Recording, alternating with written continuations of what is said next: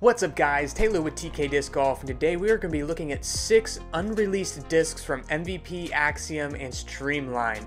All of these discs have been approved on PDGA's website. We know the names, we know all their dimensions and specs, but it's up to us to determine what those flight numbers may be. Everything I'm going to mention in this video regarding the flights of these discs is complete speculation on my behalf.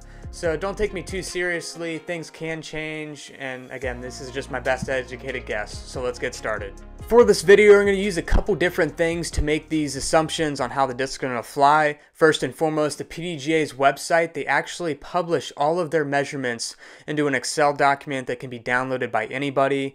It compares all of the previously approved molds to the new ones. You can download this, manipulate how you want, and actually make some cool comparisons to figure out how the rim thicknesses compare to other molds, how the max weight compares. Those are the two numbers that I think are the most important. All the other ones, I don't necessarily understand them too well. You can use them if you want. But I think the most telling, once you know the rim thickness can get at least the right speed class, is that MVP, when they submit their disc for approval, they provide their own stock image of the disc's profile, the top, the bottom view, that we can get a really good idea of how the PLH is going to sit and figure out how understable or overstable the disc is going to be based off the PLH. Starting off with the Axiom Trance, this is a new fairway driver coming. It has the rim thickness of 1.9, which puts us in the same speed class as the Shock, the Amp, the Volt, and the Terra. These are all discs that are highly beloved in the control to fairway driver speed. If you do not know, the Amp and the Shock were actually discontinued a few years ago. They stuck with the Volt. It's available in multiple plastics, and the Terra is the new fairway driver from James Conrad's line of discs. Terra overstable, flight number is 8503. The Volt, slightly overstable, just a nice control fairway driver at 8.5 minus half 2, but they're missing an understable slot. And if you look at the rim shape of the Trance, very clearly low PLH. I'm going to call this thing understable. What also is cool is it looks like it may be coming in Prism Proton plastic. The plastic looks very clear in the core, meaning Proton, and the rim, you can see a lot of that green color through what looks like a clear rim. So I'm believing this could be a Prism Proton. But flight numbers wise, I don't really have too much of a prediction. Can't tell how understable this is based off of the rim. But if it's going to be an amp replacement, that would make it an 8.5 minus 1.5 1. We might see a minus 2 turn or something along those lines. I don't think it's going to be crazy understable like a Signal or a Virus or anything like that. Moving on to Streamline discs, the new engine. This is definitely going to be their very first true high-speed distance driver. It's got a 2.4 centimeter rim, just the same as an Octane from MVP, which is a 13 speed. So pretty much a dead giveaway. This is their true high-speed distance driver that people have been begging for a while. The Trace and the Jet, that's their two distance drivers that are like the 11-ish speed, 10, I think it's an 11 speed off the top of my head. I forgot to look that up beforehand. But with the engine being a true 13 speed, looking at the shape of the rim, the PLH is pretty much dead middle. It's not super high, it's not super low. I wouldn't call it overstable. It's definitely not going to be super understable. Somewhere in the middle, just a nice control, neutral flying distance driver for me would be my guess. So I'm going to call it a 13.5 minus 1 turn and probably like a 2 fade. Nothing too crazy. Next, we're going to take a look at the Watt. This is a new putter, clearly, that MVP is releasing. A lot of people have been begging for a low-speed putter, like a 1-speed. And the Watt, everybody was wanting it to be that, but after comparing the rim thickness to other MVP putters, it's not a 1-speed. This is actually the same rim thickness as the Envy, the Proxy, and the Atom, making it an actual 3-speed putter.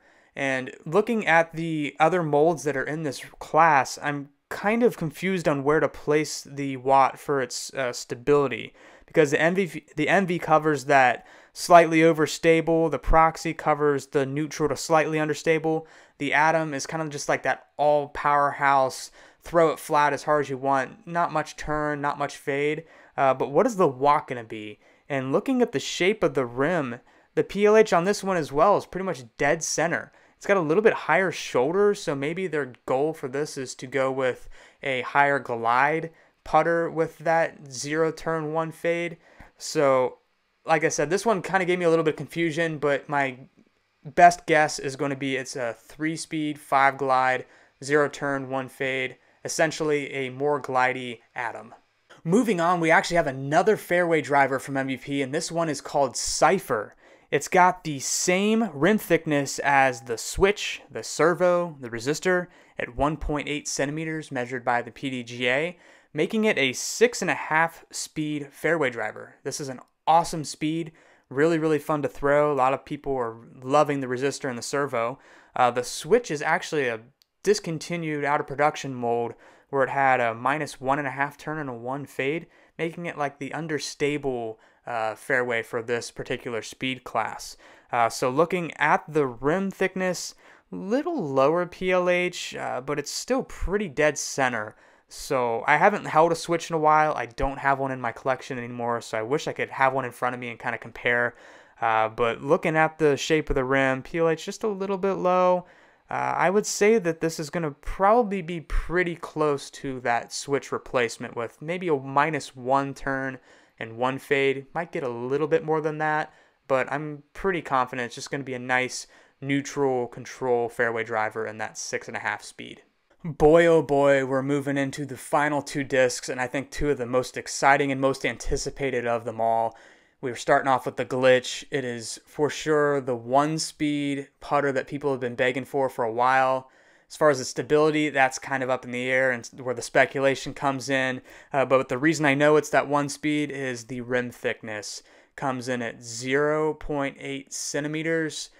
For example, the Ohm, which is a 2-speed, is a 1 centimeter rim. And the Envy, which we talked about earlier, is a 1.1 centimeter rim. So by far the thinnest rim on any putter that MVP has ever released. And to kind of clear the air, a lot of people have been thinking this is going to be like a super class throwing putter.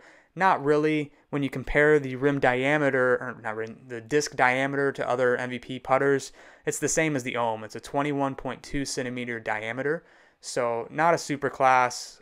Kind of a bummer there, but I'm really excited to try out a 1-speed putter because I've been begging for one that can just be thrown as hard as you want. You don't have to really worry about it going too far because Envies, Ohms, all those, they're still super sneaky distance.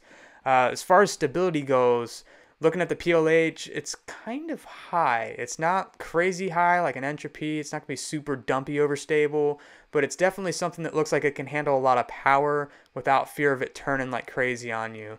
So if I had to guess flight numbers on this one, definitely 1-speed, definitely 5 glide. I don't think they'd release the putter with anything less than that. But as far as the turn, maybe a -0.5, 0 hopefully, and I would call it a 2 fade for my best guess.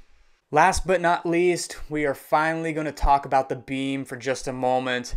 This is a distance driver that has been teased, it's been speculated, it's been talked about for so many years. Being released in a new technology, a new plastic, we don't really know, but it's Gyro X. I've made a video about it in the past when the image first got released by the PDGA when they approved the disc a couple years ago. But when you look at the image, the rim on that distance driver looks massive.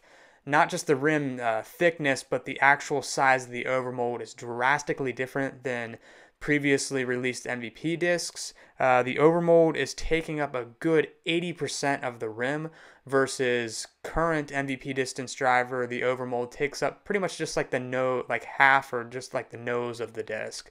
So Gyro X, we don't know what it is. No information's been released on it, but looking at it, it looks like an oversized overmold. Don't know why they're doing it that way, but the only thing we can do is just speculate what they're doing.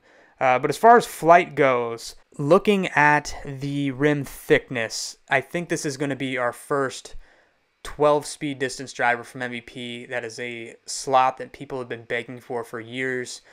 Some people say that octanes are too fast. Some people say the photons are too slow.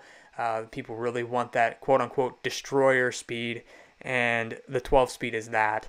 Looking at the rim thickness, it comes in smack dab in between the photon and the octane, pretty much confirming this will be the 12-speed distance driver people want. It's a 2.3 centimeter rim. Octane is that 2.4 like we mentioned earlier. and 2.2 is a photon. As far as flight numbers go, we can only speculate. Like I said, looking at the PLH, I want to say that's pretty much dead center in the middle. I wouldn't call this an overstable driver. I wouldn't call it understable. Really hoping that this is like a 12.5 minus 1.2, something along those lines. Just a very neutral distance driver that can be crushed on and get amazing distance potential.